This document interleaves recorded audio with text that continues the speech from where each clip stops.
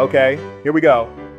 Your responsibility in this class is not perfection, it's participation. Show up prepared, pay attention, do the work honestly. You do not need to impress anyone.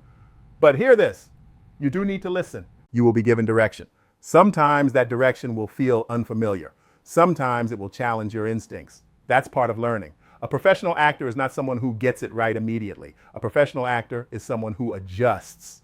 This class is a safe place to learn. That means mistakes are allowed.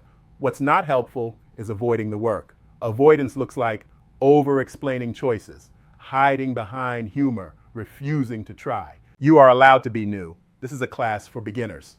I love beginners. They are open and free, not blocked by fear. You are not allowed to disappear. If you stay engaged, even when it's uncomfortable, progress happens. That's the deal.